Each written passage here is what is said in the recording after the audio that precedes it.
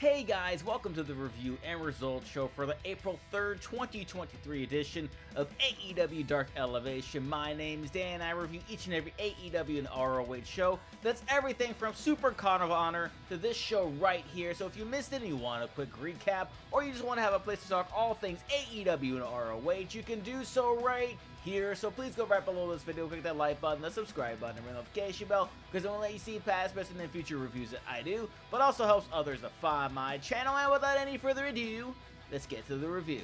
Opening up Dark Elevation, it's Action Andretti taking on Nick Comoroto, and before the match even started, Nick continued his tribute to Razor Ramon by flicking that blow pop stick into the face of Andretti. It's something that's starting to grow on me a little bit, but we'll have to wait and see how the rest of his character develops around that. But as far as this match is concerned, there's a huge contrast in styles between these two. Nick's strength versus Andretti's aerial offense, both of which were on display throughout this match. This would go back and forth, and Andretti would take advantage of a mistake from Nick Comoroto and rolls him up for the win in an entertaining opening match.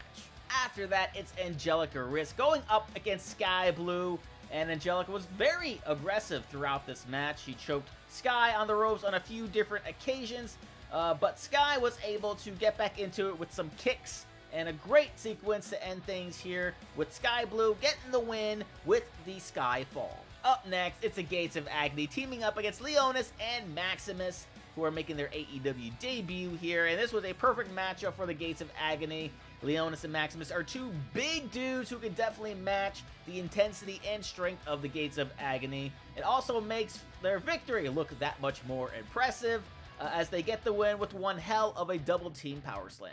Following that, it's Kelsey Heather facing the House of Black's Julia Hart, former cheerleader versus current cheerleader here, and I love the fact that at the beginning of this match, Julia just sort of laid in the corner and just had Kelsey do a little cheer for her. It's like, impress me.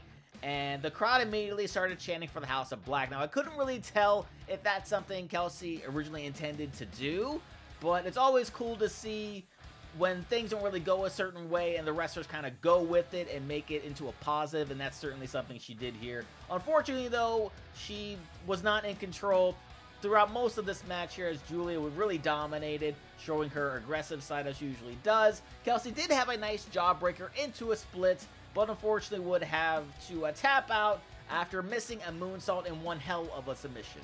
Then we got Kip Sabian taking on Leon Ruffin, and when I saw the list of matches announced for this show, this was the one I was really looking forward to, and it did not disappoint at all. You had Kip Sabian, who was super fun here. He really had the crowd in the palm of his hands. Just like a conductor, he was able to get the crowd to cheer just by raising his hands up into the air. That was impressive. And then, of course, the way he was able to fake out Leon early on was a lot of fun. But Leon, though, he was not to be denied, as he was able to do a lot of the same, especially with how impressively quick he is. Both men, though, really brought out everything from Kip Sabian having Leon in a fisherman suplex position into a jawbreaker to Leon doing a Pele kick and then a twisting cutter off the top rope. This was a lot of fun, but ultimately it was Kip Sabian with an airplane spin into a flatliner to get the win. After that, it's Bryce Cannon going up against Lance Archer, who's making his return to AEW along with Jake the Snake. It's always great to see Jake at ringside here.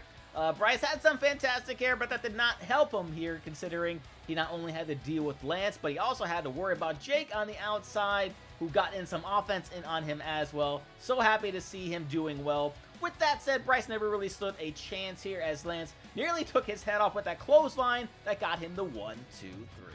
Lastly, it's main event time, with the GUNNS facing off against the Infantry in an AEW World Tag Team Title Eliminator match. And the crowd really distracted the GUNNS early on, really prevented much from happening for a while, as there was a lot of posing for the crowd. But once that all finally stopped, the GUNNS would take complete control here, as they would isolate Sean Dean and do a lot of damage on him. Carly did come in on one hell of a hot tag, though, almost got a 3 count at one point.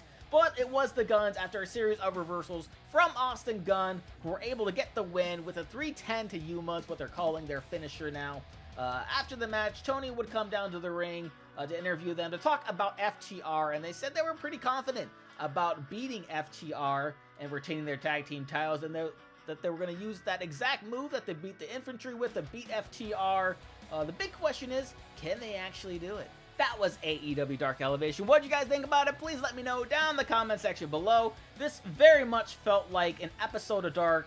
Outside of being a tape in the same place, the matches were a lot more competitive and enjoyable to watch. But if I had to pick a favorite, it was definitely Kit versus Leon.